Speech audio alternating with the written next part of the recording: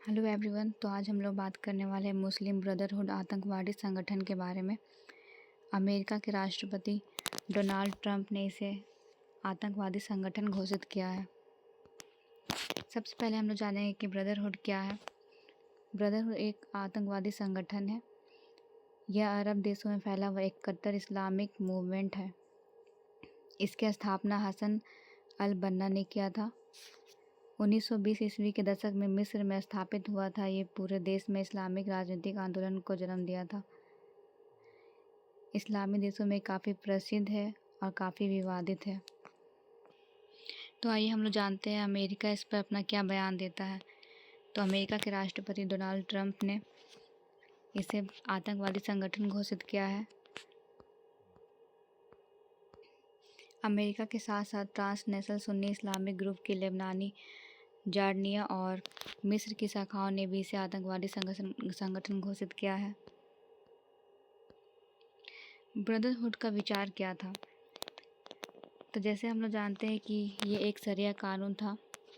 यह हर जगह एक शरिया कानून की स्थापना करना चाहता था। इसका कहना था कि इस्लाम ही समाधान है। ये केवल इस्लाम की विचारधारा पर ही शासन करना चाहता था। अगर सही मायने में कहे तो ये इस्लाम के प्रति पूरे देश में हिंसा फैलाना चाहता था।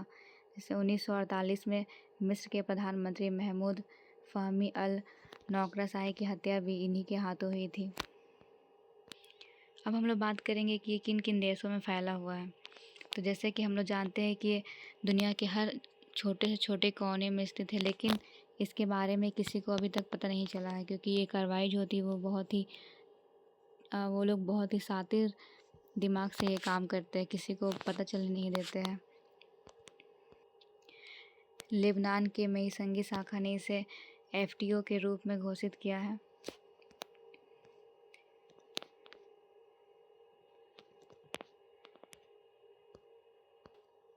मिस्र और जॉर्डन की शाखा है जो इसे एसडीजीडी के रूप में नामित किया है। साथ ही में मिस्र, सऊदी अरब, यूएई, रूस, ये सारे जगह इन्होंने इसे आतंकवादी संगठन के रूप में घोषित किया है। अब हम लोग जानेंगे कि मुस्लिम ब्रदरहुड से भारत को क्या क्या खतरा हो सकता है। तो सबसे पहले हम लोग जानेंगे कट्टरपंथी विचारधारा का प्रसार। जैसे कि हम लोग जानते हैं कि हमारा भारत देश में हर धर्म के लोग, हर जाति के लोग रहते हैं। तो जैसे यहाँ पे वो लोग मुस्लिम और हिंदू में मतभेद को पैदा कर सकते हैं। यहाँ की धार्मिक श्रेष्ठता को वो महत्वपूर्ण जो है यहाँ की धार्मिक श्रेष्ठता उसको कमज़ोर कर सकते हैं। भारत में उग्रवादी और लोकतांत्रिक मूल्यों को कमज़ोर कर सकते हैं। यहाँ के युवाओं में कट्टरपंथी की भावना है उसको पैदा कर सकते हैं। दूसरा हम लोग देखेंगे सामाजिक असंतोष। जैसे हम लोग जानते हैं कि हमारा जो देश है यहाँ पे अल्पसंख्यक और बहुसंख्यक के रूप में बटा हुआ है। यहाँ पे अगर अल्पसंख्यक की बात में किया जाए तो यहाँ पे बहुत सारे ऐसे धर्म है जैसे कि मुस्लिम, जैन, सिख, और बहुसंख्यक की बात की जाए तो हिंदू। तो यहाँ पे अल्पसंख्यक और बहुसंख्यक के रूप में भी यहाँ विद्रोह को पैदा किया जा सकता है। साथ ही साथ यहाँ के सांप्रदायिक दायरों का भी फ़ायदा उठा सकता है। अगर इसके आगे हम लोग बात करें तो ये भारत में विरोधी अभियान भी चला सकता है भारत की छवि को खराब करने के लिए। साथ ही साथ ये देश की अंतर्राष्ट्रीय प्रतिष्ठा को नुकसान पहुंचा सकता है। आतंकवादी और चरमपंथी नेटवर्क को जोड़ सकता है। आईएसएस के जितने भी वैश्विक आतंकवाद है उसको भी अपना आधार बना सकता है।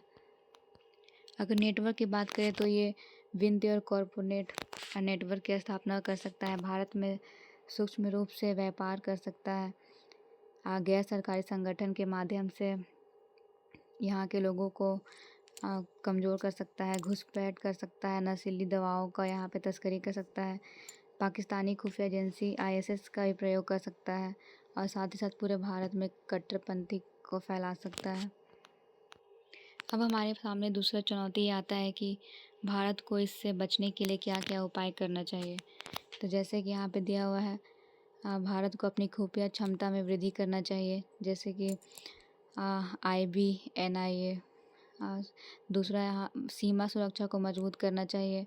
ऑनलाइन उग्रवाद और एंटी क्राफ्ट डिजिटल का प्रयोग करना चाहिए। तकनीकी उन्नयन का प्रयोग करना चाहिए, जैसे कि साइबर इंटेलिजेंस का प्रयोग करना चाहिए, नेशनल इंटेलिजेंस ग्रिड का प्रयोग करना चाहिए, तटीय सुरक्षा करना चाहिए, हथियार की तस्करी पर रोक लगाना चाहिए, रडार सिस्टम का प्रयोग करना चाहिए और ज़्यादा से ज़्यादा हो तो आप्रवास को नियंत्रित करना चाहिए। जैसे हम लोग जानते हैं कि आजकल प्रवास की वजह से लोग एक स्थान से दूसरे स्थान जाते हैं और वहाँ पे छिप करके खुफिया एजेंसी बना करके वहाँ पे हमला करते हैं। तो इसलिए आप्रवासन पे सरकार को सुरक्षा करना चाहिए ताकि लोग जो है वो वैध रूप से यहाँ पे ना घुस पाए और यहाँ पे अपनी जो भी षड्यंत्र है उसे ना रचा पाए। तो इससे जुड़ी हुई एक प्रश्न है, जैसे कि ये एक प्रश्न बन सकता है कि विश्व में बढ़ते आतंकवाद संगठन से भारत के समक्ष क्या क्या परेशानी आ सकती है तथा उनसे निपटने के लिए भारत को क्या क्या उपाय करना चाहिए, इसे विवेचना कीजिए। तो यहाँ पे इसका आंसर हम लोग ये दे सकते हैं, जितने भी यहाँ पे पॉइंट हैं ब्रदरहुड का एग्जाम्पल देते हुए इसे हम लोग विस्तार पूर्वक लिख सकते हैं।